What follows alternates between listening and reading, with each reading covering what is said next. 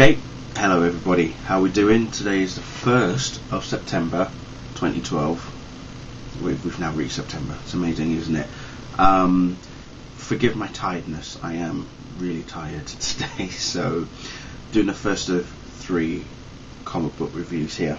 So if I happen to doze off or fall asleep or whatever, you'll know why. Anyway, we're going to kick off with Smallville Season 11, Chapter 15, Detective, the third one, the third final chapter of this first part story arc of it, anyway. And we see the return of Batman, or Bruce Wayne this time.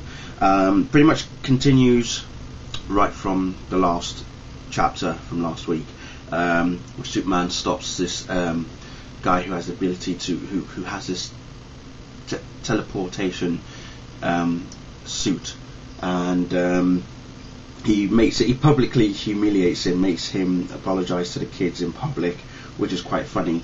Then that leads him to track down Lex, but we first of all see Dan Turpin meet Bruce Wayne, which I thought was very sweet. I thought was really awesome. I would have loved to have seen that happen on TV itself, but you know, you get they were limited on budget and such things, and obviously they couldn't include Batman at the time, but there they both are shaking hands. Even Dan actually, you know, says don't I know you from somewhere, kind of thing. So he obviously recognises Bruce, and as you can see also Barbara Gordon is not too far behind as well. So they're here to investigate something, the connection between what happened in Gotham from chapter 13. They've linked it to here regarding Joe Chill, basically the guy who is pretty much responsible, who murdered Bruce Wayne's parents.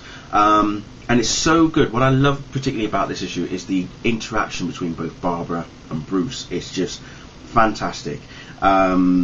She's all trying to, you know, make him realise that, you know, I'll read some of the things that she said.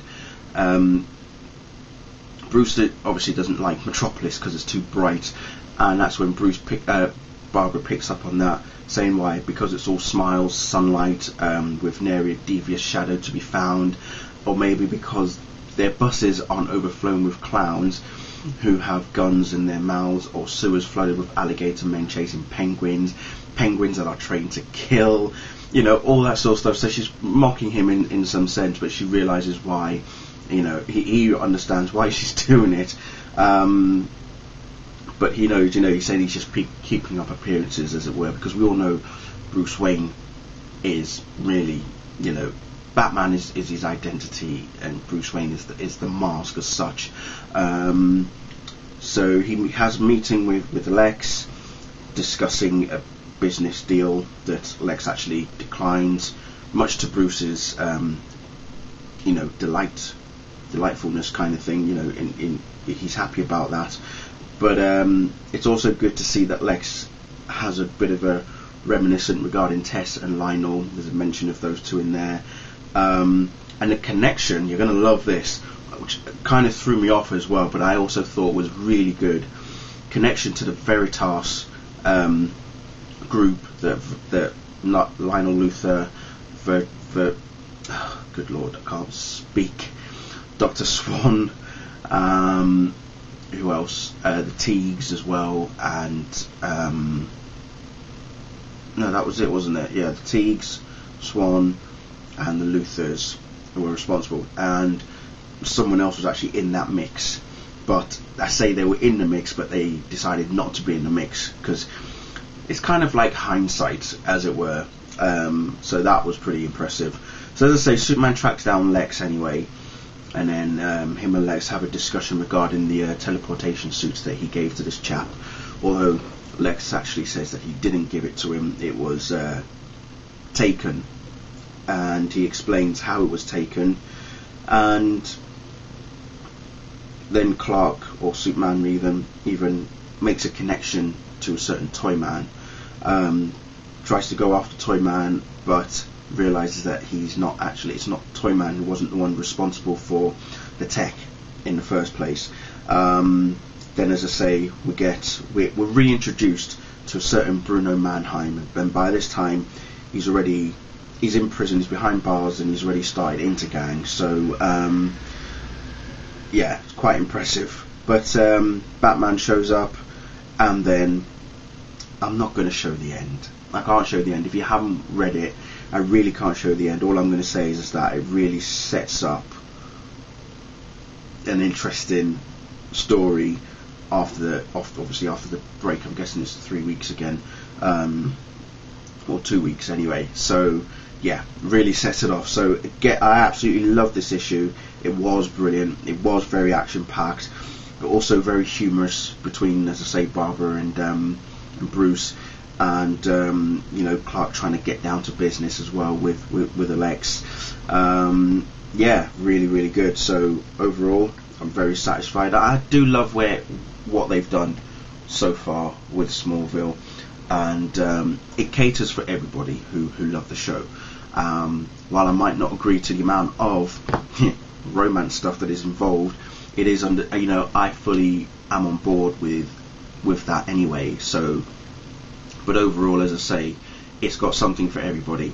You know, some people might not like the action side of things, some people might not like the romance side of things, you know, some people might not like certain characters being in there. I know a lot of people were not particularly pleased that Otis was introduced, but I actually quite like the fact that Otis is now in there.